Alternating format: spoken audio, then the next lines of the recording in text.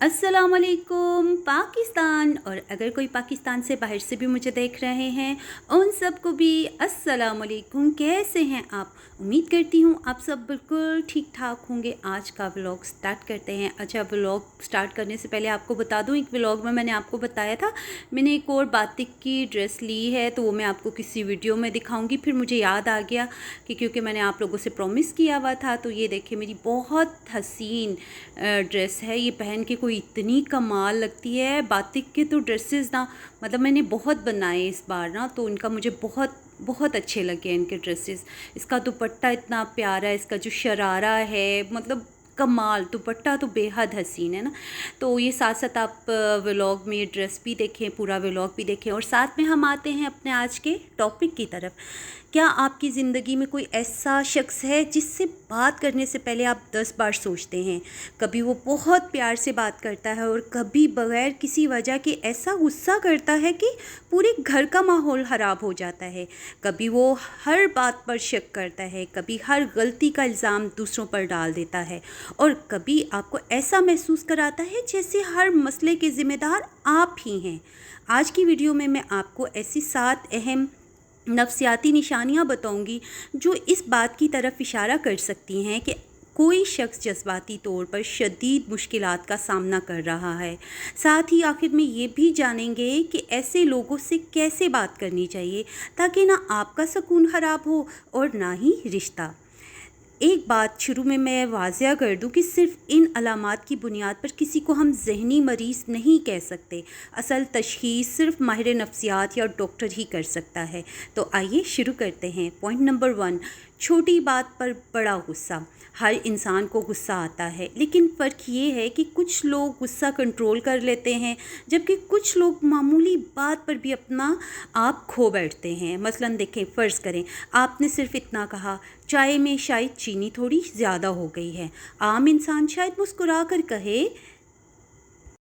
कि कोई बात नहीं, अगली बार ख्याल रखूंगी।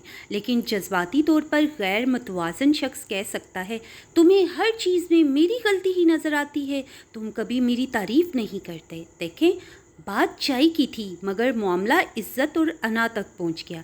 ऐसे लोग गुस्से में आवाज़ बुलंद करते हैं, दरवाजे ज़ोर से पटकते हैं, बंद करते हैं, चीज़ें फेंक देते हैं, या कई दिन तक ना वो नाराज़ रहते हैं। ऐसे माहौल में रहने वाले लोग आहिस्ता आहिस्ता डरने लगते हैं कि कहीं इनसे कोई गलत बात ना हो जाए। पॉइंट नंबर 2, मूड हर वक्त बदलना। ऐसे लोगों को समझना बहुत मुश्किल होता है। सुबह आपसे हंसकर बात करेंगे, दोपहर में नाराज़ हो जाएंगे, शाम को ऐसे बात करेंगे जैसे कुछ हुआ ही नहीं। मसलन एक माँ है, वो अपने बेटे से ना हंस रही है, 5 मिनट बाद सिर्फ एक छोटी सी बात पर चीखना शुरू कर देती है, फिर आधे घंटे पर दोबारा नॉर्मल हो जाती है। घर वाले हैरान रह जाते कि आखिर असल मसला क्या है। अगर ऐसा रवैया बार बार हो ना, तो ये इस बात का इशारा हो सकता है कि वो शख्स शदीद ज़हनी दबाव या जज्बाती मुश्किलात से गुज़र रहा है। पॉइंट नंबर 3, हर वक्त शक करना। एतमाद हर रिश्ते की बुनियाद होता है, लेकिन कुछ लोग हर वक्त शक करते रहते हैं। अगर फ़ोन 5 मिनट देर से उठाएं तो फ़ौरन सवाल शुरू। अगर आप ऑनलाइन थी तो जवाब क्यों नहीं दिया, तो इन्हें लगेगा कि आप जानबूझकर नज़रअंदाज कर रहे हैं। अगर दो लोग आपस में हंस रहे हैं तो वो सोचेंगे शायद मेरी बुराई हो रही है। ऐसा शक आहिस्ता आहिस्ता हर रिश्ते को कमज़ोर कर देता है।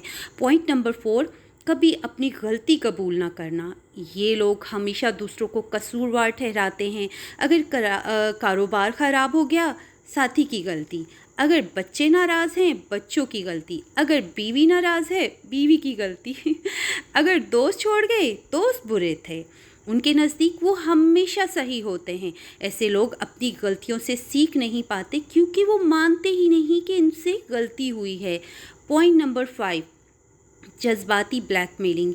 ये बहुत ख़तरनाक रवैया है। ऐसे लोग सीधा हुक्म नहीं देते बल्कि आपके जज्बात इस्तेमाल करते हैं। मसलन अगर तुम वाकई मुझसे मोहब्बत करते हो तो मेरी बात मानोगे।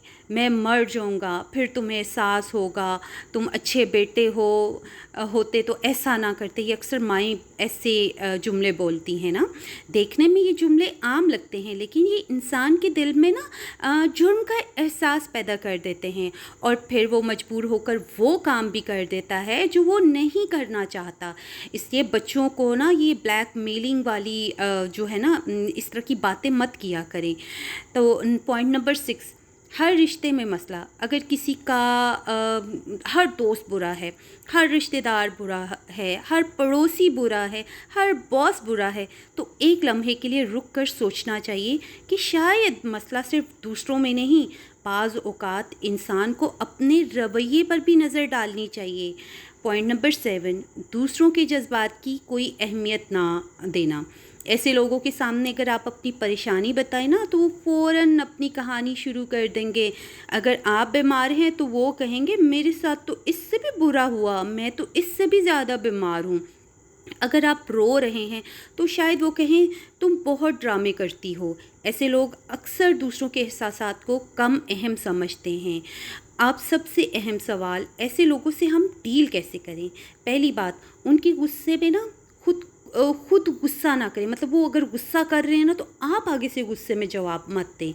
दूसरी बात, अपनी हदूद वाज़िया कर दें। एहतराम से कहें मैं सुकून से बात करना चाहती हूँ लेकिन चीख कर नहीं।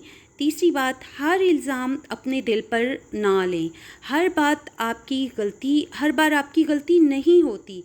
चौथी बात, अगर मामला तशद्दुद, धमकी या मुसलसल खौफ तक पहुंच जाए तो काबिल एतमाद घर वालों या माहिर नफ्सियात से मदद लें। पांचवी बात, अपनी ज़हनी सेहत को नज़रअंदाज ना करें। किसी और के रवैये की कीमत अपने सुकून से अदा मत करें।